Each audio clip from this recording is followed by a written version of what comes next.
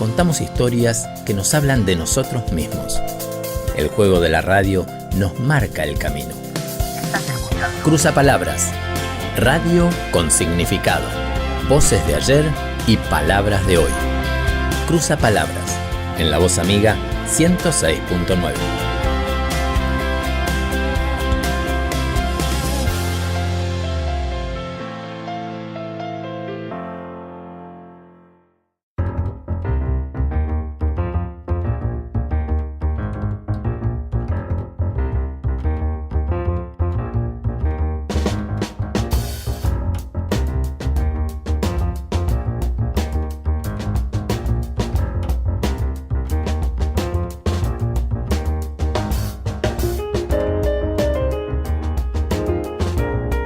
¿Qué tal? ¿Cómo están? ¿Cómo les va? Muy buenas noches para todos. Muy bienvenidos a un nuevo programa, un nuevo espacio que compartimos viernes tras viernes, aquí a la hora 23 en La Voz Amiga. Esto es Cruzapalabras.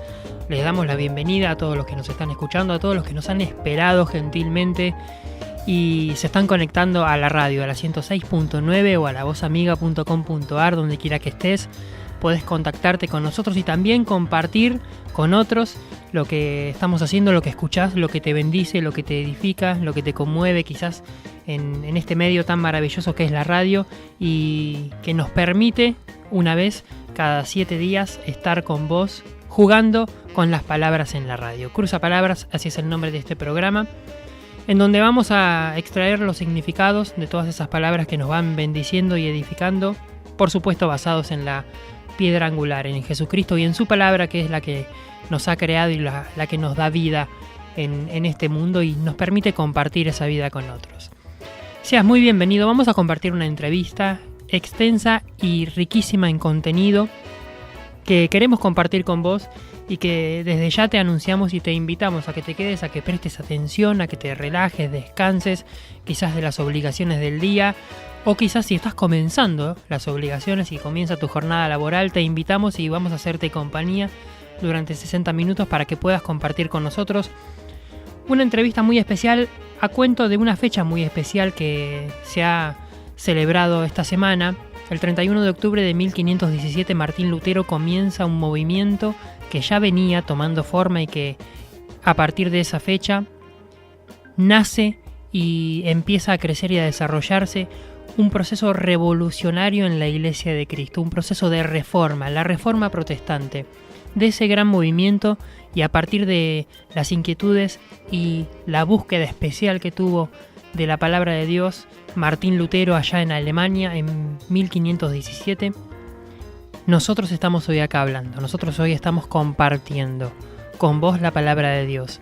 Mirá la importancia que la historia tiene, la importancia y la relevancia notable que tienen los hechos históricos, los procesos históricos en este caso, para el devenir y el futuro de decenas de generaciones.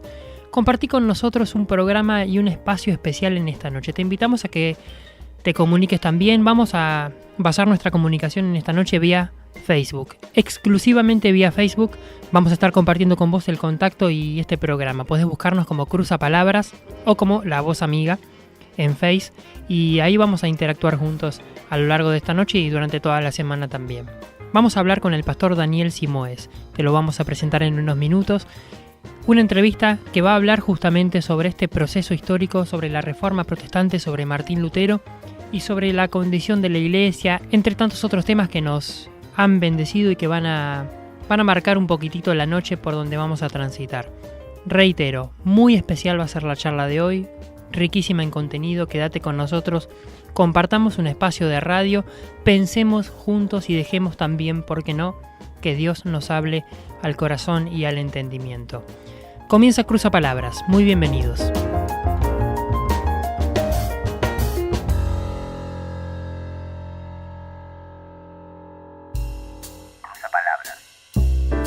Alguien habló en el pasado. Otros oímos el eco de sus historias. Cruzapalabras, jugando en la radio, escribiendo sonidos.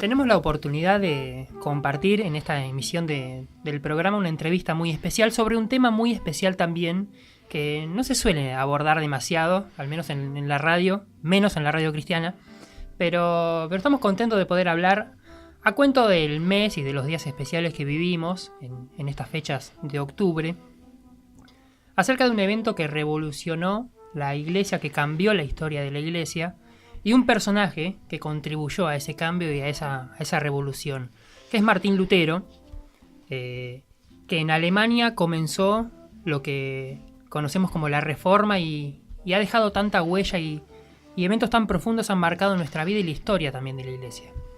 Vamos a tener una charla muy especial con el pastor Daniel Edgardo Simoes, que gentilmente se acercó a los estudios de la radio para grabar esta entrevista que vamos a compartir con vos y que espero que puedas disfrutarla y que te haga pensar y entender y buscar, estudiar y profundizar un poquito más sobre todas estas cosas. El pastor Simoes es pastor de la Iglesia Cristiana Bíblica, coordinador docente de la Facultad Internacional Teológica, y nos va a contar un poquitito acerca de sus conocimientos sobre la Reforma, sobre Martín Lutero y sobre lo que vaya surgiendo en esta charla. ¿Cómo le va, pastor? ¿Qué tal, Martín? Y a toda la audiencia, un abrazo grande. Es un gusto estar aquí y, como te decía en la charla previa, me sorprendió gratamente que a alguien le interese el tema de la Reforma. Por eso cuando recibí tu invitación, accedí con mucha alegría y la verdad que te agradezco que en un medio cristiano podamos recordar lo que ocurrió, los acontecimientos del 31 de octubre de 1517. Uh-huh. Hay dos frases que leí que me llamaron mucho la atención. Una la dijo Tucídides, aquel historiador ateniense. Uh-huh. Dice que la historia es un incesante volver a empezar. Me hizo pensar mucho acerca de lo que vamos viviendo, que quizás tiene sus raíces en el pasado y no nos damos cuenta, pensamos que todo es un presente continuo. Y Cicerón, aquel escritor romano también, dijo que no saber lo que ha sucedido antes de nosotros es como ser incesantemente niños. Totalmente. No crecer. Y a partir de eso me interesó este tema y charlar un poco de historia nunca viene mal y nos va a hacer comprender un poquitito más. ¿Qué es la iglesia, para empezar? Porque hablamos de iglesia, historia, reforma de la iglesia. Partamos de la base, ¿qué es la iglesia?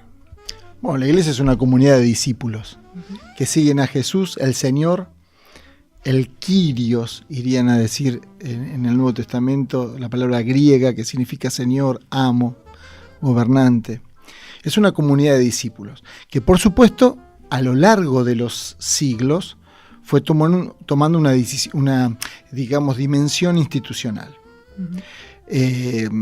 Obviamente la iglesia o la comunidad de discípulos, Jesús de Nazaret, hunde sus raíces en el Antiguo Testamento, en el pueblo del pacto. Y había ya una noción de resto santo, de pueblo de pacto, de comunidad de reyes y sacerdotes, etcétera, etcétera, que está en el Antiguo Testamento esbozada en líneas y que en el Nuevo Testamento comienza a tomar forma. Ya para la muerte de los apóstoles, la iglesia comenzaba a tener algunos signos de una pequeña, digamos, institucionalización en sus autoridades, personas que servían, en los ministerios que se desarrollaban, en la tarea misional. Esto es muy importante porque algunos de los apóstoles que nosotros no son nombrados en Hechos, abrieron iglesias en África, corrieron a India, estuvieron en otras zonas que no se desprende de las páginas de Hechos. Entonces vemos que, luego en el desarrollo de la historia, la iglesia nace como una iglesia perseguida. Inmediatamente el Imperio Romano dice: esto están trastornando el mundo. El Imperio Romano era un imperio que respetaba todas las religiones.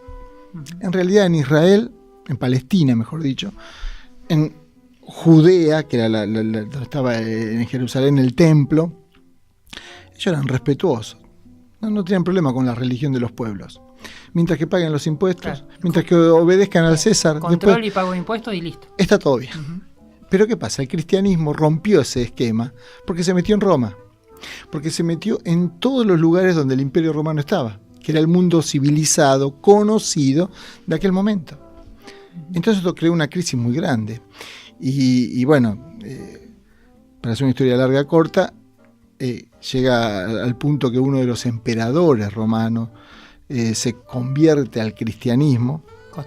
Constantino, siglo IV. Uh-huh. Entonces él ve una cruz, por esta cruz vencerás, etcétera, etcétera, y se bautiza él y todo el ejército. Muy interesante. ¿Fue lo peor que le pudo pasar a la iglesia? Es muy fácil mirar la historia desde el hoy.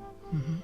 Entonces hoy tenemos herramientas, tenemos críticos, tenemos mucha historia, muchos libros, mucha tinta que ha sido derramada. Entonces uno puede evaluar. El tema es estar en el momento. Uh-huh. Y creo que en el momento Constantino quería la unidad de su imperio, quería que haya una unidad en toda la cuestión religiosa, porque la cuestión religiosa es muy fuerte, y que haya también unidad en la cuestión política. Y el cristianismo de por sí generaba rupturas, de hecho eran llamados ateos los cristianos, porque no creían en los dioses que creían en los romanos. Y esto planteaba una cuestión, y esta cuestión de la evangelización, de la misión, era una cuestión que era de mucho peso. Entonces, hoy mirándola a la distancia, y uno diría que siempre que la iglesia se alió con la política, la que pierde es la iglesia. Siempre. Es una tentación muy grande el poder político. Porque el poder político te permite hacer cosas, te permite disponer de fondos, te permite generar leyes, te permite saltear leyes. Entonces, es una tentación. Y obviamente que a lo largo de los siglos y hoy en nuestro presente, la tentación política es muy fuerte. Me refiero a la tentación de la iglesia que se alíe con el poder político. No me refiero a hermanos de nuestras congregaciones que tienen una vocación política, ejerzan su vocación política en un sindicato, en un partido político, tengan un cargo de concejal en una ciudad, o de diputado provincial, o nacional, o senador. Me parece espectacular. Uh-huh. Pero la iglesia es otra cosa. Como institución general. Claro, es otra cosa. El proceso de degradación que fue atravesando la iglesia desde el siglo IV hasta la aparición de Lutero, uh-huh. Fue muy profundo.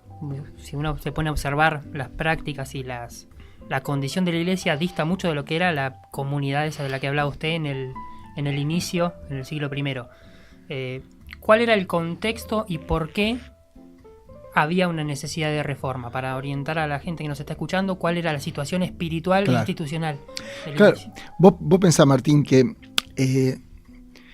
siglos de alianza entre el poder político y religioso, el Papa tenía una autoridad cuasi similar a la del emperador. De hecho, se llegó a llamar el Sacro Imperio Romano. ¿Esto qué llevaba? Que la gente asociaba, y la iglesia tenía un poder prácticamente omnipresente en todas las áreas de la vida de la gente, de la sociedad. Entonces, excesos, cosas que no eran realmente pertenecientes al evangelio se mezclaban, estilos de vida, etcétera, llevaron a una distorsión entre lo que la iglesia creía y lo que había en la práctica, muy grande, pero muy grande. Creo que nosotros hoy no tenemos una dimensión, no podemos llegar a captar la dimensión de esa excisión que había entre lo que era el concepto iglesia y lo que la gente vivía como iglesia. Y de hecho, se consideraba iglesia a los sacerdotes, a los obispos y al Papa. Esa era la iglesia. Lo demás era la gente, el laos, el pueblo. Entonces, cuando llegamos al siglo XIV, siglo XV, cuando Lutero, bueno, de hecho, él no tenía una vocación religiosa, su padre era minero, no era religioso para nada. El Papa quería que don Martín sea abogado, porque en esa época ser abogado era una situación de prestigio importante, y él se esforzó para que su hijo pueda entrar a una universidad de prestigio en ese momento. Y bueno, la verdad, Lutero no tenía una inclinación religiosa.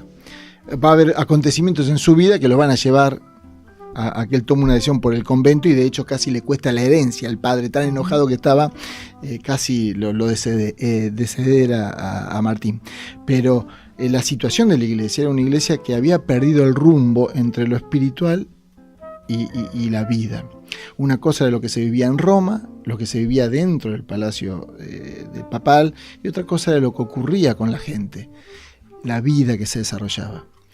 ¿Había alguien, como por ejemplo en la época de Elías, que había 7.000 que aún no habían doblado? ¿Había algún foco en Europa o en algún sitio de espiritualidad? Sí, claro, claro. Porque Siempre. uno tiene una imagen totalmente oscura de ese. No, de esa Martín. época. Tenés razón. Pero había movimientos pietistas.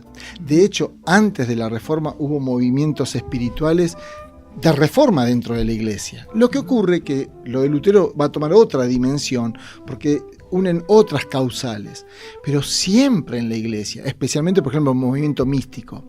Místico no lo tenemos que asociar a la palabra actual, lo que significa místico, sino místico en ese momento eran personas que tenían que ver con una espiritualidad de práctica, de oración, de contemplación y de una vida ética muy estricta. De hecho, cuando Lutero entra al monasterio, esa va a ser una de las influencias que él va a tener. Pero siempre hubo movimientos. Por ejemplo, podemos mencionar San Francisco de Asís, Juan Hus. O sea, hubo movimientos, los valdenses, que están actualmente, nosotros acá en el Río de la Plata tenemos congregaciones valdenses. Ellos hunden las raíces, son pre-reforma. Y luego todo lo que fueron los movimientos sociales, que obviamente llevaron a un clima de convulsión, que ya no bastaba con que la Iglesia lo diga, no bastaba la palabra del Papa, porque había una corrupción que había ido carcomiendo los cimientos de la autoridad papal y de la palabra religiosa en ese momento. Entonces nos encontramos con que había focos de espiritualidad, pero estaban dispersos. Y a su vez que a veces eran también combatidos desde las esferas de poder. Claro. ¿Lutero era un sacerdote importante, era una personalidad importante en Alemania o era un cura más? Era un cura más. Ajá. Lutero pertenecía a la orden de San Agustín, era agustino. Por eso es muy interesante que se marque una línea, San Pablo, San Agustín, Lutero. Por el tema de la justificación de la fe, etc. Sí. El tema de la palabra, etc. Entonces, realmente Martín Lutero era un sacerdote, sí, eso sí, era una persona sobresaliente intelectualmente. Algunos autores hablan que era una persona brillante. Hay un autor, R.C. Sproul, que él menciona que Lutero estaba en una línea entre el genio y la locura, ¿viste? La genialidad y la locura. Porque realmente era una persona que se había destacado en la Universidad de Leyes hasta que tiene dos acontecimientos, que fue la muerte de un amigo muy cercano, que lo conmociona, y regresando a su casa ocurre una tormenta de rayos, de trueno muy fuerte, y parece como que un rayo cae cerca donde estaba él, y él dice: Santa Ana, sálvame y me haré monje. Y bueno, se salvó, y entonces él tomó muy en serio esa frase que había dicho, ese voto que había hecho, y bueno, comenzó su carrera, dejó la carrera de leyes y entró al monasterio. Entonces, cuando vos ves, el Lutero era una persona, después dentro del monasterio, una persona normal, no se destacaba como cualquier persona que podía ser, digamos así, ducho o hábil en las cuestiones de Biblia. De hecho, iba a ser profesor de Sagradas Escrituras. No era un gran líder previo a la reforma. Pero no era una persona que se destacaba más que eso. ¿Y qué le ocurre? ¿Por qué esta revelación acerca de la condición de la Iglesia y la necesidad de una reforma? Mira, sobre eso se han escrito miles de volúmenes desde todos los puntos de vista. Personalmente, cuando uno lee las historias y los libros, nosotros vamos a verlo de una perspectiva espiritual. Lutero tuvo un encuentro con la palabra de Dios. Cuando vos mirás las escrituras en el Antiguo Testamento, siempre que hubo un tiempo de avivamiento, en Israel estuvo presente la palabra de Dios. Siempre. Es indiscutible, eso es una regla. En la historia ocurre lo mismo. Lutero era profesor de Romanos, era profesor de Salmos. Y enseñando Romanos, él dice que tiene como que se le abre la luz, ya que él tenía una conciencia muy fuerte del pecado. De hecho, se cuenta así, algunos autores relatan historias como que en el monasterio se la pasaba confesándose. Y por pecados muy sencillos, muy pequeños, pero estaba horas en el confesionario y tal fue así que uno de los rectores del seminario le dicen: hermano Martín, ¿no te gusta trabajar, que estás todo el día acá? Vení cuando tengas que confesar un pecado de verdad, pero por estas cosas. Pero él tenía ahí, viste, una cuestión ética o digamos un discernimiento tan fuerte de lo que estaba mal, que siempre estaba con ese asunto de que no era salvo y que tenía esa cuestión. Bueno, tanto es así que en su primer misa él no puede pronunciar bien las palabras de la consagración de la hostia. Y de hecho, bueno, fue algo para él muy abrumador, y él después va a decir que era tanta la responsabilidad que sentía y que él era tan indigno de pronunciar esas palabras, que fue lo que lo lleva a ese problema. Cuando él, investigando Romanos, llega al capítulo 5, donde habla: justificado pues por la fe tenemos paz. Él ahí es como dice, es como que se me abrió el cielo, como se abrieron las aguas del mar y pude entrar en una tierra diferente. Y él tuvo un proceso de conversión profundo allí. Ese proceso, ¿cuánto dura? ¿Cuánto le lleva a él desde leer Romanos 5 hasta clavar la tesis, como se dice en la tradición? Él comienza ese proceso espiritual. Ajá. Y el tema de las tesis, de las 95 tesis, es una reacción de Lutero contra el abuso de las indulgencias. En esta época, uno de los papas, para ayudar en la construcción de la Capilla Sixtina, él saca una bula. La bula era como un perdón papal. Para que las personas que hayan pecado, vos comprabas la bula y tenías el perdón de tus pecados. Obviamente, por una suma un poquito mayor, podías ayudar a un difunto familiar para que también le sean perdonados los pecados estando en el purgatorio. Una estrategia de marketing impresionante. Lutero, frente a ese abuso, reacciona, y él presenta 95 tesis que eran dentro de la universidad. O sea, jamás fue la idea de Lutero llevar esto al campo de que la gente lea. No, era una cuestión de un debate, digamos, un debate académico. De hecho, él las publica, las pega ahí en la puerta de la iglesia, y que actualmente están las puertas esas hechas de hierro con las 95 tesis grabadas. No pasa nada. Él les manda, como vio que no había tenido una repercusión, que la gente seguía comprando las bulas y todo este asunto, se los manda a algunos profesores amigos en otras universidades, y uno de ellos tiene la excelente idea de imprimirlas, las manda a imprimir y las empieza a repartir en alemán, porque estaban escritas en latín. Ahí se comienza todo un problema muy grande, ya que empieza a correr esta cuestión, ya que el corazón a lo que él apuntaba es la cuestión esta de las indulgencias, y fue tan fuerte la reacción contra eso que se genera un movimiento que Martín Lutero ni siquiera tuvo nada que ver en toda esa cuestión. ¿Te das cuenta? O sea, fue toda una cuestión que se va a abrir, y a partir de ahí se suceden debates y bueno, conflictos al interior de la universidad donde él está, el representante del Papa que venía a ofrecer las indulgencias, y obviamente que estaba muy interesado por recaudar el fondos. Y bueno, esto empieza a generar una crisis muy grande de confianza en esta enseñanza de la iglesia. ¿Cómo pudo sobrevivir este movimiento frente a una oposición tan grande? Porque era el dominio del mundo civilizado, la cuestión papal, la cuestión de Roma misma. Bueno, claro, lo que ocurre es que Lutero encuentra en Alemania y en Wittenberg, donde él estaba, encuentra la protección del príncipe que estaba allí. Entonces, él puede tener un salvoconducto para ejercer y para desarrollar su ministerio allí en la ciudad.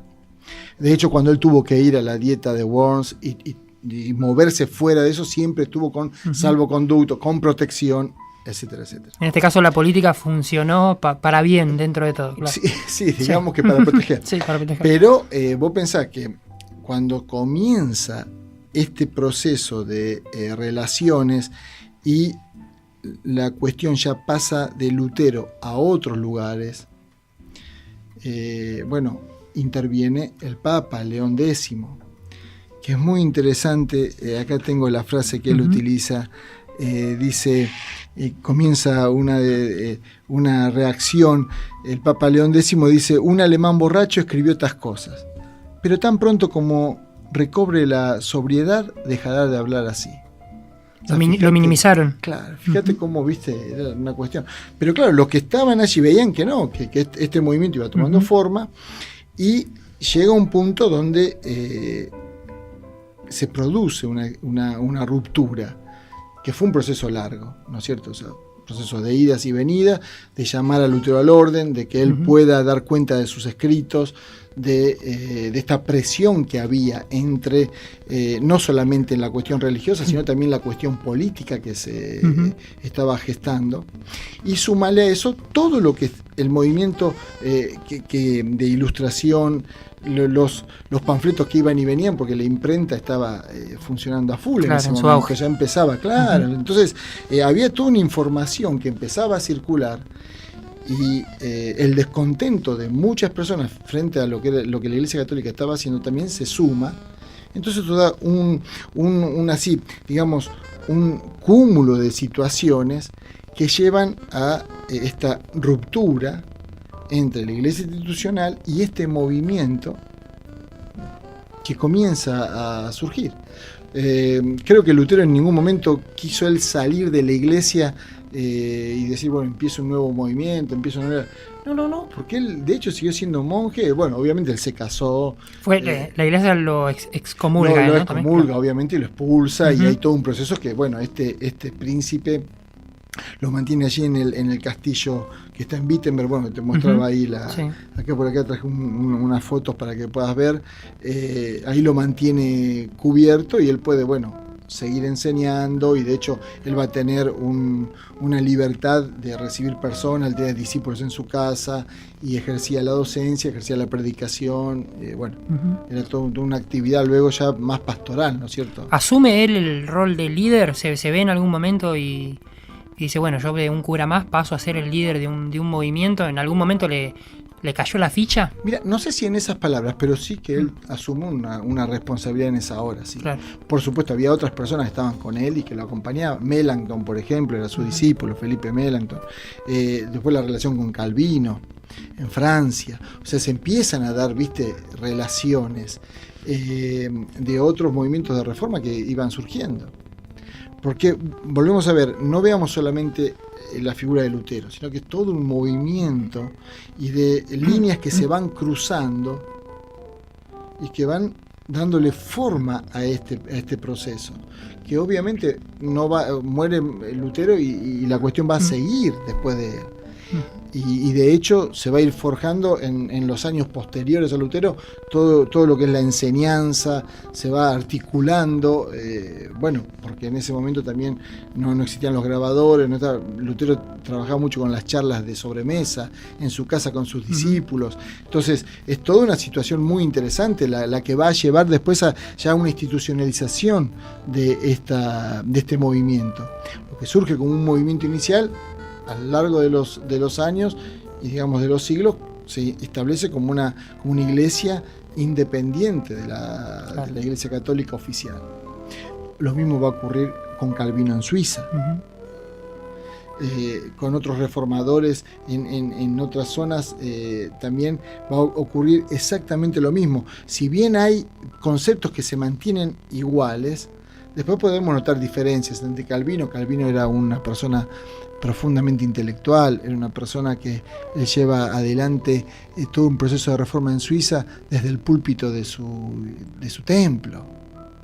Es muy interesante y Calvino deja una huella que hasta el día de hoy, aunque son personas seculares y seguramente ateas muchas, pero dejó una huella marcada en la sociedad, lo mismo que Martín Lutero en su sociedad. O sea, digamos que todo lo que es la Europa así del centro y norte, que fue marcada por el protestantismo, por toda esta reforma, queda afectada políticamente, económicamente, en la parte espiritual, en la parte cultural, en el desarrollo de las artes, en el desarrollo de la ciencia, en el desarrollo de la filosofía. Es realmente un movimiento muy amplio. Tremendo. Podemos considerar a Lutero, a Calvino, a estos grandes reformadores como, si vienen con rango inferior, pero como personajes con una relevancia cercana a los primeros apóstoles. Mirá, creo que son personas de la historia y que han marcado huella. Quizás, no sé si ponerlo al lado del apóstol Pablo, pero sin duda que en su tiempo, en su momento, claves, ellos marcaron el rumbo. Y fueron usados por Dios para traer luz sobre verdades que estaban en las Escrituras, porque Lutero no inventa nada, sino que verdades que estaban en las Escrituras fueron sacadas a luz, y obviamente con el paso del tiempo también fueron purificadas algunas concepciones que hoy también nosotros las vemos a la distancia y marcamos una diferencia. Y gracias a Dios que la Iglesia del Señor es una iglesia, digamos así, que va generando una renovación continua. De hecho, uno de los dichos de Calvino era: la iglesia reformada siempre en reforma. Porque esto es así. O sea, cuando vos te institucionalizaste, cuando ya tenés todo marcado y registrado y no te podés mover de ahí, entonces ya te estatizaste. ¿Y dónde está ese movimiento del espíritu? Siempre, ¿te acordás la imagen de Ezequiel en el libro del profeta Ezequiel? En los últimos capítulos, cuando está esa imagen del río que sale por abajo de las puertas del templo. El templo no puede contener ese río. Y yo creo que ocurre eso. O sea, estas personas, en su tiempo, Dios los levantó para asumir un rol no solamente religioso. En el caso de Lutero también fue político, también fue económico, también afectó las artes. Por ejemplo, él renovó todo lo que es el canto en la iglesia, y de cantar en el propio idioma alemán. Él tradujo la Biblia del latín, la versión que se usaba era del latín, él traduce del hebreo y del griego al alemán. La traducción de Lutero marcó el idioma alemán, marcó el idioma. Le dio forma, le dio el sujeto predicado, le dio los verbos, le dio forma. Y de hecho, en el año 2017 se presentó la nueva revisión de la traducción de Lutero, porque marcó el idioma. Hacia eso va la siguiente pregunta. La herencia que la Reforma dejó en ciertos países fue muy grande y marcó cierto progreso respecto a la herencia que el catolicismo marcó en los países que mantuvieron la tradición católica, sea España, Portugal y cierto sector. Y que la sociedad más avanzada o más progresistas y con mayor nivel de desarrollo vienen de la Reforma. ¿Es cierto esto? ¿Tuvo esa herencia y esa importancia? Bueno, hay un libro que es la ética de la ética protestante, de Weber, donde resalta esta cuestión. Por supuesto que afectó a la sociedad. ¿Por qué? Porque abrió nuevos campos, nuevos caminos de investigación. La ciencia no era un lugar prohibido, era un lugar de investigación. De hecho, los primeros científicos, entre comillas, si querés llamarlo así, o personas que innovaron, tenían una raigambre cristiana. Por eso es muy loco lo que a veces se nos quiere hacer creer hoy, que si vos sos científico tenés que ser ateo. Es una idea totalmente desconectada. O que la fe es ignorante, ¿no? Claro, totalmente desconectada con el proceso histórico. Creo que es fundamental, por ejemplo, el hecho de poder profundizar como cristianos en nuestra herencia histórica. No solamente en la herencia de tu congregación, de tu denominación, sino en lo que es este proceso de 2000 años de cristianismo, que la iglesia no empieza cuando yo me convierto, sino que es producto de un proceso histórico. Y que siervos de Dios, mujeres de Dios, varones de Dios, fueron reflexionando, que pusieron su vida, que abrieron caminos, que se abrieron nuevos espacios de reflexión. Y eso ha traído un progreso, un crecimiento que es marcado. O sea, es una cuestión solamente de observar. Esto que vos marcabas, en Europa se puede marcar una línea con eso. Ahora, no es perfecto esto, ¿okay? O sea, es una descripción simplemente. Hay otras explicaciones también que son muy válidas. Y también podemos decir que dentro de lo que fueron los países de la Reforma surgen movimientos sociales muy fuertes de transformación. y aún filósofos que se han destacado, hunden sus raíces en hogares protestantes, algunos en reacción contra eso, como Nietzsche. ¿El término protestante era conocido por Lutero o fue después incorporado? Mira, no, eso no te lo sabría decir con precisión, pero sin duda que él protestó. Claro. De ahí viene la cuestión del protestante. Él protestó contra esta autoridad papal de darte a vos un salvoconducto de tus pecados. Y si ponías una suma superior, aún de los difuntos familiares tuyos, tu mamá, tu papá, tu abuelo, un hermano que murió, bueno, vos pones otra suma y también lo liberamos a él del pecado que haya cometido. Entonces, Lutero protesta contra un abuso muy notable, que historiadores católicos también lo han destacado, o sea, no es que un descubrimiento de la pólvora, pero sin duda que en ese tiempo, ubicándonos en el marco histórico, en ese momento, la actitud de Lutero es una actitud que, sumada a otras, ya te vuelvo a repetir, características que hablábamos, el hecho de que se haya impreso las 95 tesis en alemán, que las hayan distribuido, que se hayan corrido en universidades, que haya bajado a gente común, bueno, obviamente eso impacta mucho. Cuando vos ya salís del latín y pasás al idioma de cualquier persona, del país donde está, bueno, ahí ya te encontrás con una distribución, un reguero de pólvora que es muy difícil parar, ¿no es cierto? Pienso y pregunto, si en esa época, con una imprenta reciente, con Gutenberg, y con una sociedad, no en un sentido peyorativo, pero ignorante, porque no tenía las chances de acceder a veces al conocimiento, se logra tamaño avivamiento, que perdura por siglos y que nos marca inclusive hoy en el presente. Nosotros, que entrando a YouTube tenemos acceso a lo que sea, que buscando en Google podemos encontrar lo que sea. ¿No sería mucho más fácil tener un avivamiento hoy por hoy si esa, quizás con la actitud correcta, ¿no? Porque hay muchas cosas que tenemos más fácil, caminos más allanados y posibilidad de llegar a mucha más gente. ¿Nos estamos quedando cortos como iglesia?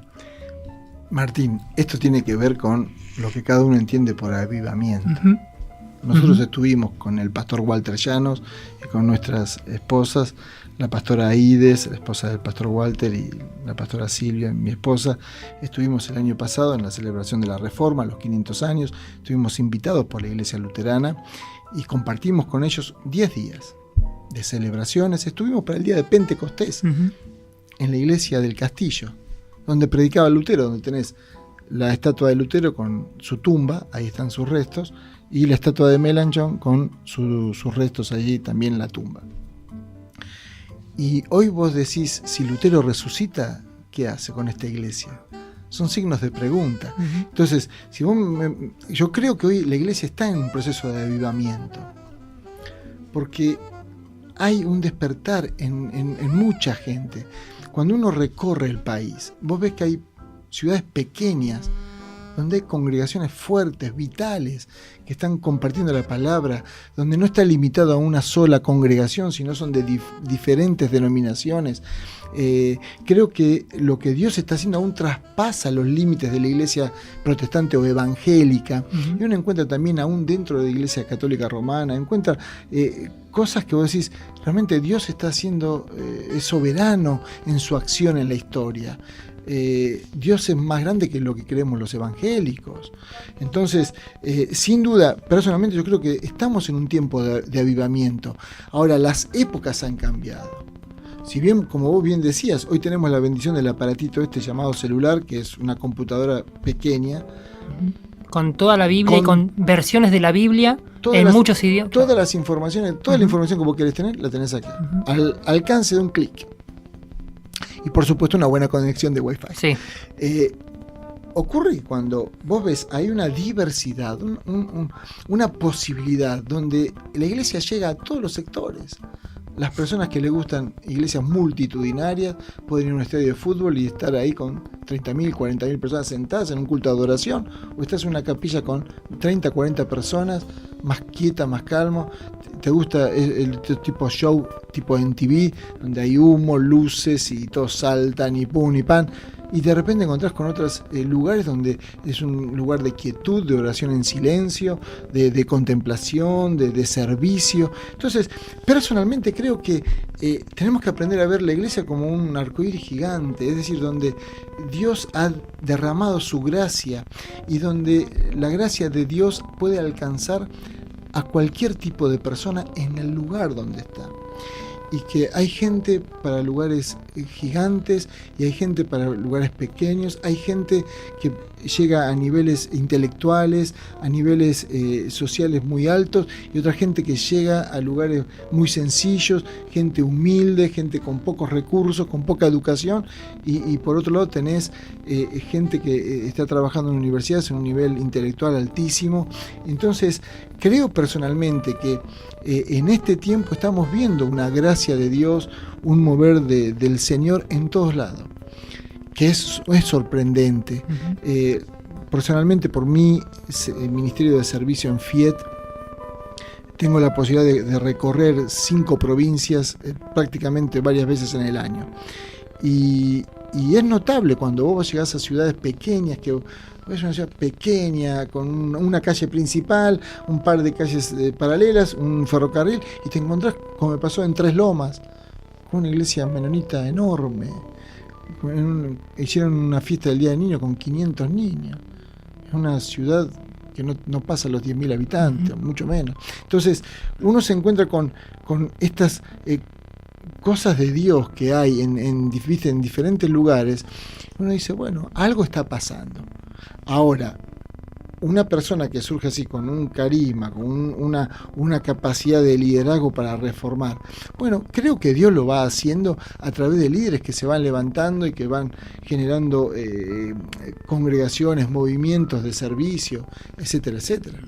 O sea, aquí mismo donde estamos, si uno mira la historia de don Samuel Enoch Sorensen, estamos hablando de un siervo de Dios que Dios levantó en una etapa de la historia de nuestro país. Sí, impresionante. En la década del 50, en un determinado momento aquí en la ciudad, con otro siervo de Dios en su momento.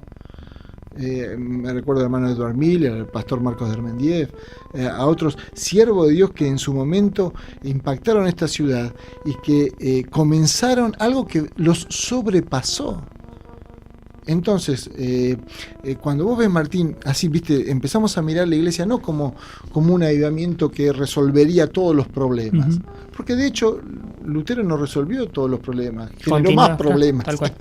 Nuevos desafíos. Creo que se trata de eso, son nuevos desafíos. ¿Cómo enfrentamos el mañana de la iglesia? ¿Cómo enfrentamos los desafíos que nos presenta Internet? Los desafíos que nos presenta esta comunicación tan hiperactiva, estar todo el día conectados, esta necesidad con lo que es una espiritualidad un poco más profunda, con lo que es cuestionarnos nuestras decisiones éticas.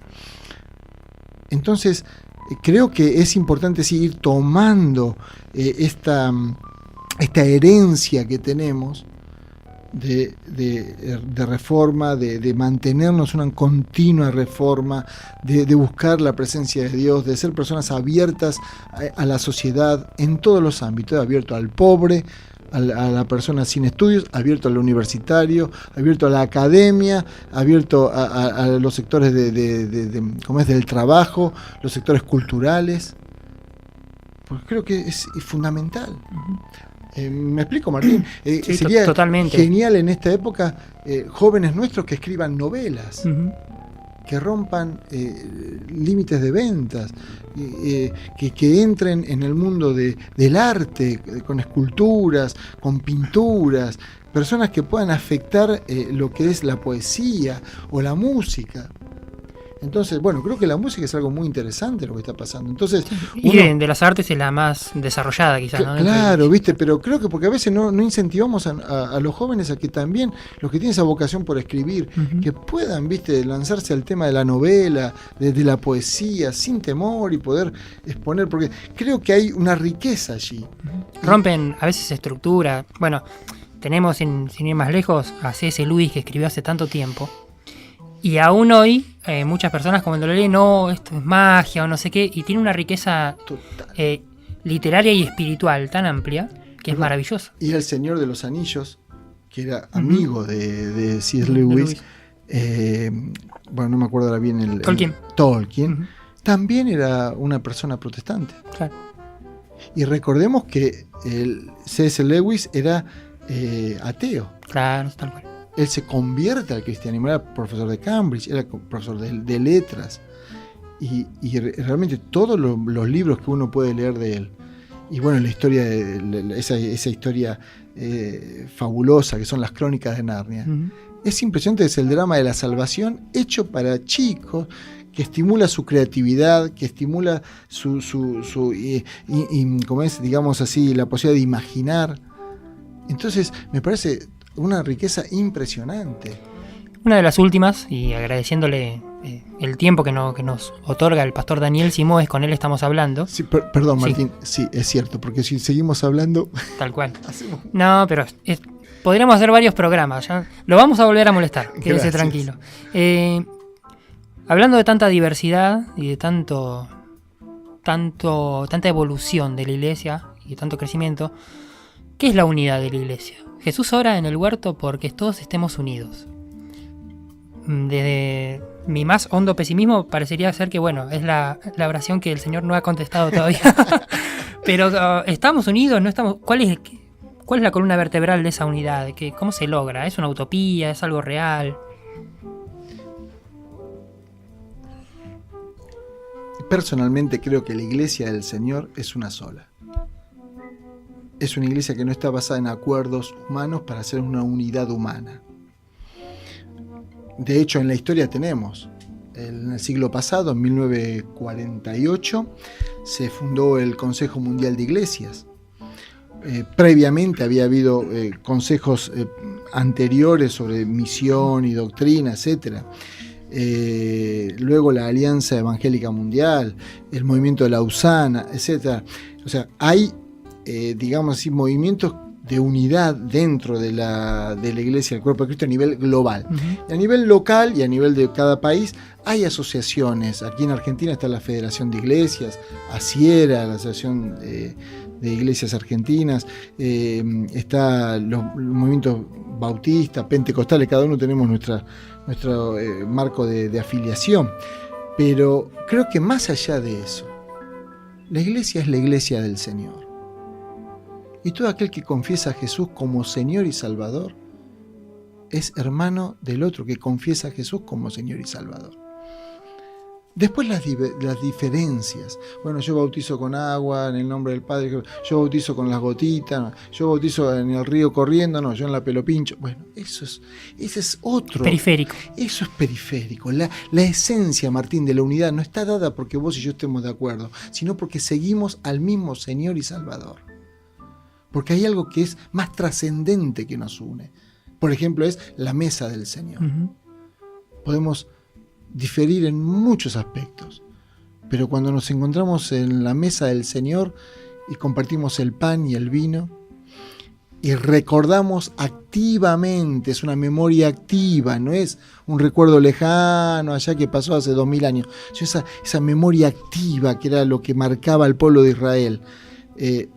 Nos damos cuenta que seguimos al mismo Señor, al mismo Salvador, que su sangre preciosa nos ha limpiado de todos nuestros pecados, que el Espíritu Santo habita en nosotros, que hay una unidad que va mucho más allá. Ahora, luego cuando uno baja al consejo de pastores de una ciudad, bueno, somos hermanos. Y cualquiera que haya tenido más de 4 o 5 hermanos se da cuenta que no todos están de acuerdo con todos. El único que está de acuerdo con todos es el Padre.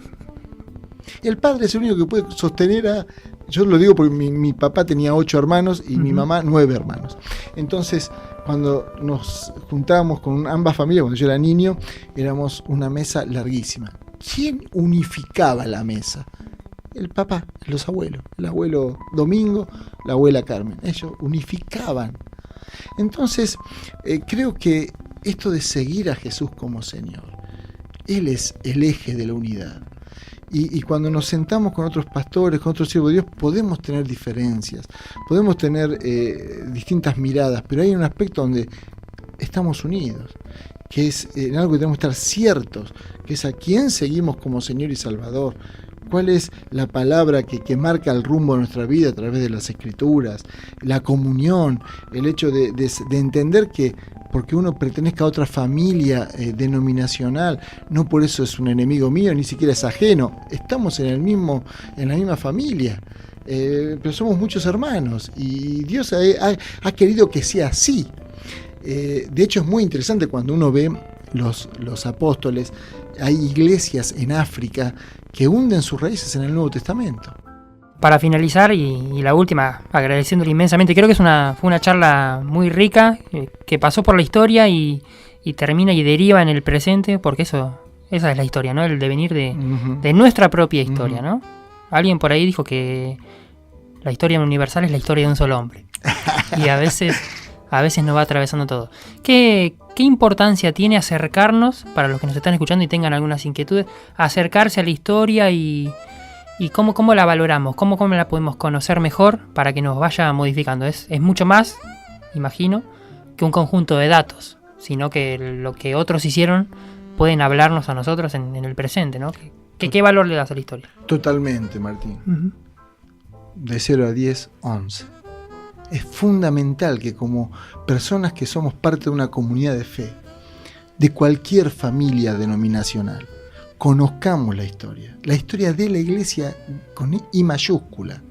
Entonces conozcamos cómo fueron los primeros siglos, qué pasó en esos primeros años donde se tuvo que batallar contra la influencia de las filosofías griegas que entraban, de lo que eran los conflictos, de divisiones que había, los que eran perseguidos, todo lo que fue el desarrollo después después de que la iglesia sea una iglesia oficial, pasó de ser una iglesia perseguida a ser una iglesia señora, de ser una iglesia escondida a ser parte de los que reparten el poder con el emperador. Todo lo que fue este proceso de reforma y el proceso después misionero, y muchas veces la unidad estuvo dada en las misiones, por ejemplo. Entonces, yo aliento realmente a la audiencia que está escuchando a poder tomar con seriedad. Hay libros que son muy lindos. Yo les recomiendo Historia Ilustrada del Cristianismo de Justo González. No tiene desperdicios. Hagan algún curso de historia en los seminarios de su iglesia.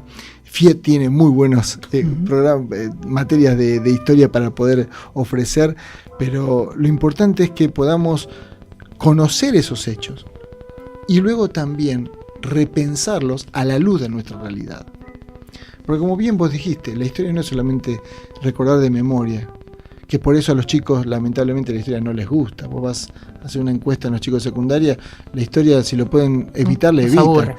Y te das cuenta que ahí está nuestro país. Nosotros agarramos cualquier persona en la calle, le preguntamos quién fue en la parte democrática, digamos, al principio del siglo. Nosotros no teníamos conciencia histórica, los argentinos somos ahistóricos, yo diría casi por naturaleza. Obviamente hay excepciones y entre la gente que nos está escuchando hay gente que está muy bien informada y que le encanta el tema, pero creo que debería ser una prioridad. Nosotros como seguidores de Jesús, conocer la historia de la iglesia con I mayúscula y por supuesto luego conocer la historia de la familia denominacional donde estábamos. Entonces yo realmente creo que es vital eso y realmente te felicito, Martín, por haber abierto un espacio. No quiero decir con esto que haya logrado todas las respuestas que vos querías, pero sí motivar a las personas que podamos pensar nuestra historia. Creo que eso es vital. Un interesantísimo llamado hemos compartido a pensar la historia para comprender el presente y también proyectar el futuro, que es un futuro amplio, complejo muchas veces. Hay una de las partes de la Biblia que más me gusta es cuando el Señor dice que las puertas del Hades no van a prevalecer contra la iglesia. Y que a la luz de lo que nos ha contado el pastor Daniel Simoes, nuestros hermanos han luchado con distintos tipos de Hades y de conflictos a lo largo de la historia. Conflictos que pueden repetirse o pueden modificarse, quizás en su rostro, pero que nos deparan también a nosotros.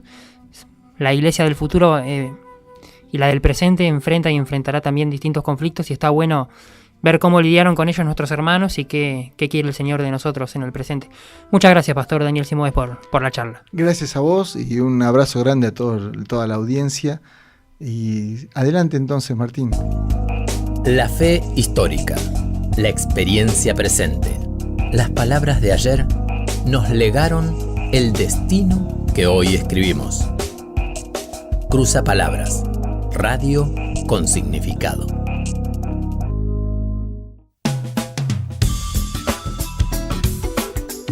Impresionante la charla que compartimos con el pastor Daniel Simoes, con profundidad histórica, con reflexiones teológicas, con una realidad espiritual muy interesante que nos hace pensar, que nos hace reflexionar a todos los que podemos y tenemos una relación especial con la iglesia. A todos los que amamos la iglesia nos desafía a seguir pensando en la importancia que la reforma tiene y que va a tener, porque la iglesia está en una reforma constante.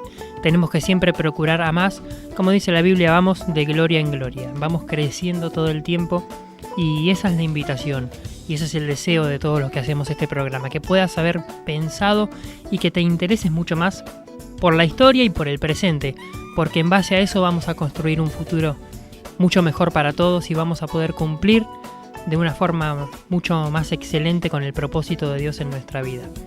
Pertenecemos a esta gran comunidad que es la iglesia, y en ella vamos creciendo y vamos siendo moldeados también. Y así como en el año 1517 comenzó un proceso tan grande de reforma porque era necesario, hoy también es muy necesario seguir buscando a Dios y seguir, como nos decía el pastor, involucrándonos y acercándonos mucho más a la palabra de Dios. Cuando nos acercamos a la palabra de Dios, se produce el avivamiento, se produce el arrepentimiento, la conversión, la transformación de la iglesia local y de la sociedad en donde la iglesia local se desarrolla, y luego eso tiene una trascendencia mucho mayor en muchísimos corazones y lugares geográficos en donde la iglesia actúa, se desarrolla y crece. Te invitamos a que nos encuentres en Facebook como Cruzapalabras, a que puedas seguir escuchando todas las entrevistas que vamos haciendo y los programas que vamos subiendo ahí, y que te encuentres con nosotros dentro de 7 días en una próxima emisión de Cruzapalabras. Vamos a estar muy contentos de poder recibirte, acompañarte y que vos nos hagas compañía también a nosotros.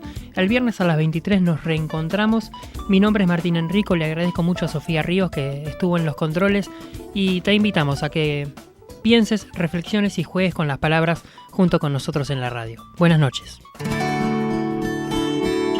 Cuando la radio se transforma en esperanza, una voz nos invita a creer, y un sonido del cielo nos dice que no estamos solos. 106.9. La Voz Amiga, 106.9. Una voz de esperanza.